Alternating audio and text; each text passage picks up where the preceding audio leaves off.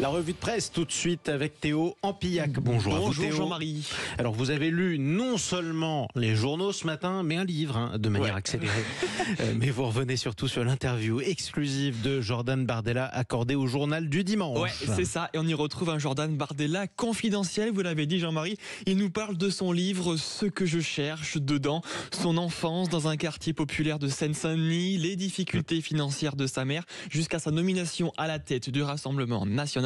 Alors dans cette interview de 4 pages, il adresse quelques tacles, notamment à Emmanuel Macron. Sans surprise, il n'a aucune idée de ce qui se passe en France. Il est davantage préoccupé par son image que par le sort des Français. Et également aussi des tacles à l'opposition, notre différence avec le NFP, notre volonté d'éviter le chaos et le désordre. Alors après quelques questions d'introduction, il revient plus en détail sur sa relation avec Marine Le Pen, qui va bien au-delà de la simple collaboration politique. Et il lui adresse quelques petits mots doux, vous allez voir, son amitié, son soutien et sa confiance. Sans tout ça, mon livre n'aurait jamais vu le jour.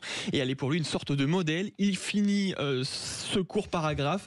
Son courage et sa solidité m'ont toujours impressionné. Oui, il est très impressionné par Marine Le Pen dans ses extraits. La tribune du dimanche maintenant, pour la suite de votre revue de presse Théo Ampillac. La tribune du dimanche dresse un constat édifiant ce matin. Le taux de chômage va exploser en France en 2025. Exactement, 150 000 destructions d'emplois sont attendues en 2025. Déclaration pessimiste de Mathieu Plane de l'Observatoire français des conjonctures économiques.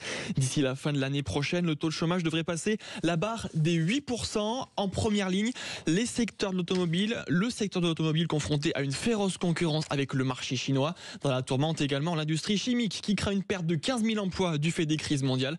Et le secteur aussi de la grande distribution qui sera lui aussi impacté. Après Auchan cette semaine, on s'attend à un vaste plan d'économie chez Carrefour et Casino aussi. Et malheureusement, la saignée va continuer. On en parle, c'est la question d'ailleurs qu'on vous pose ce matin sur le Twitter de Sud Radio. Passons à ce témoignage. Ce matin, c'est dans Midi Libre. On est à Valence en Espagne. La colère contre les responsables politiques ne cesse de croître. Sandrine Lemoine, 55 ans, journaliste reconvertie dans les services aux expatriés qui s'installent à Valence, le reconnaît. Même si le plus dur est passé, la colère ne retombe pas contre une classe politique incompétente qui donne de l'Espagne l'image d'un pays sous-développé. Alors on le rappelle, plus de 130 000 personnes ont manifesté hier soir pour demander la démission du président de la région de Valence, qui a tardé, on le rappelle, à déclencher les alertes nécessaires le jour du drame. Oui, c'est en tout cas ce qui lui est reproché par les sinistrés. Il est 7h44. Merci beaucoup Théo Ampillac.